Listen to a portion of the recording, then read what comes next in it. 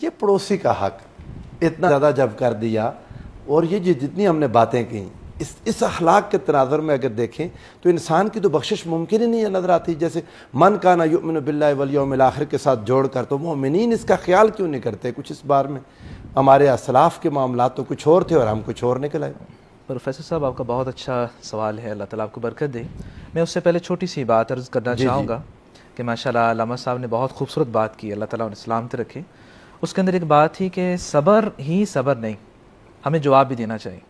لیکن میں یہاں کہنا چاہوں گا صبر اور چیز ہے اور غیرت اور گھر کی چار دیواری کی رسپیکٹ. بالکل ٹھیک بات ہے آپ کی، بالکل. اگر گھر کی بات آ جائے تو پھر تو آپ صلی اللہ علیہ وسلم نے فرمایا کوئی اگر دیکھتا ہے تو اس کی آنکھ پھوڑ دو.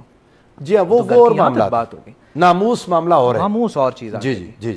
تو یہاں اگر دیکھا جائے کہ آج ہم ہمسائے کے سلوک سے نا واقف ہونے کی وجہ سے ہمسائے ایک دوسرے سے پریشان ہوتے ہیں.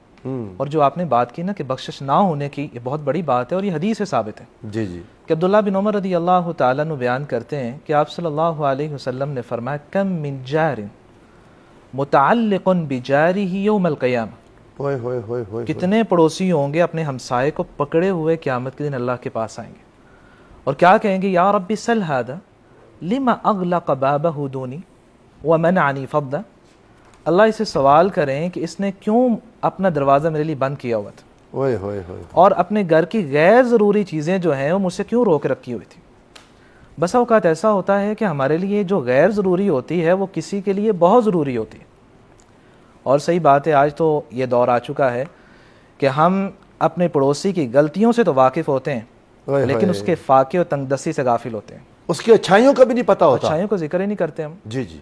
جبکہ آپ صلی اللہ علیہ وسلم کی نصیحت کتنی پیاری ہے. ابو ذر غفاری رضی اللہ تعالیٰ عنہ بیان کرتے ہیں اذا طبخت مرقا فاکثر ماء وتعاهد جیرانک. ابو ذر جب سالن بنانے لگو تو شوربہ زیادہ کر لینا، پڑوسی کے گھر میں بھی. حتیٰ کہ آپ نے فرما دی عبداللہ بن عباس رضی اللہ تعالیٰ عنہ کے حدیث ہے لیس المؤمن سبحان اللہ الذی یشبع وجارہ جائع. وہ مومن ہی نہیں ہو سکتا کہ جو تو خود سیر ہو کے رات خراٹے کی نیند سوئے اور پڑوسی جو ہے وہ. اچھا آج کل یہ کیسے ہوگا شیخ صاحب جب ساتھ والے پڑوسیوں کا پتہ ہی کوئی نہیں، حال احوال نہیں، سلام دعا نہیں، تو یہ زیادہ خطرے میں نہیں آ گیا؟ خطرے میں آ گئی. اور میں یہاں ایک چھوٹا سا واقعہ بیان کرنا چاہوں گا کہ انسان جو ہے اپنے پڑوسی اور ہمسائے کے ساتھ اچھے سلوک سے پیش آتا ہے تو یہ اس سے حسن خاتمہ کے لیے بھی اللہ تعالیٰ سبب بنا دیتے ہیں. ریاض میں ایک شخص کو خواب آتا ہے اور خواب کیا آتا ہے کہ فلاں شخص کو عمرہ کرواؤ. بیدار ہوا، اس نے کہا کہ اچھا خواب آیا، چھوڑ دیا. دوبارہ سویا، وہی خواب آیا. تیسری رات سویا، پھر وہی خواب آیا. وہ ایک امام مسجد کے پاس گیا اور کہا کہ مجھے یہ خواب آ رہا ہے، اس میں بندہ بھی واضح ہے، میں کیا کروں؟ تو کہا جو آ رہا ہے آپ خواب پوری کر دیں. تو وہ اس گھر پہنچا اور کہا کہ بندے میں آپ کے بارے میں خواب دیکھا تو میں آپ کو عمرہ کروانا چاہتا ہوں. لیکن اس کی ظاہری قطع سے محسوس ہوا کہ وہ بندہ تو نماز بھی نہیں پڑھتا اور وہ بندہ جو ہے وہ تو شراب بھی پیتا ہے اور دین کے احکامات سے تو بہت دور ہے. بہت پریشان ہوا کہ اس کے بارے میں عمرے کی خواب آنا یہ کیسے ممکن ہوا. اس نے اسے کہا کہ دیکھیں میں نے آپ کو عمرہ کروانا ہے، میں نے اپنی خواب پوری کرنی، مجھے بتائیں میں کیا کروں. اس نے کہا دیکھیں میں تو مسجد کبھی نہیں گیا، میں نے نہیں عمرہ کرنا.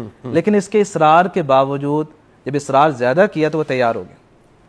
اب یہ وہاں سے چلتے ہیں، ریاض سے مکہ پہنچتے ہیں، مسجد الحرام میں اللہ کا گھر دیکھتے ہیں، صفا مروہ کی سعی کرتے ہیں تو جلدی اپنا مکمل کرتے ہیں عمرہ کرنے کے بعد اب مسجد الحرام سے باہر نکلنے لگے. جی. جب باہر نکلنے لگے تو وہ شخص کہنے لگا زندگی میں ایک بار ہی مسجد آیا ہوں، وہ بھی اللہ کے گھر میں، تو 2 رکعتیں نہ پڑھ لوں؟ کہا پڑھ لیں. جب 2 رکعتیں شروع کی سجدے میں گیا، دوبارہ اٹھا نہیں. واہ سبحان اللہ، اتنا پیارا حسن خاتمہ. کیا بات ہے، اللہ کے گھر میں عمرہ بھی کر لیا اور اللہ تعالیٰ کے پاس چلا گیا. وہ شخص کہتا ہے تدفین کے بعد میں اس کے گھر پہنچا اور جا کے میں نے پوچھا کہ بتاؤ اس کا عمل کیا ہے. کہتے جب میں نے جا کے اس سے پوچھا، اس نے کہا کہ وجہ یہ ہے کہ ہمارے پڑوس میں ایک بیوہ رہتی ہے، جب بھی وہ گھر میں کوئی فروٹ لے کے آتا تو اس کے لیے بھی لے کے آتا. واہ کیا وہ آگے سے دعا دیتی کہ اللہ تمہیں حسن خاتمہ عطا. سبحان اللہ، کیا بات.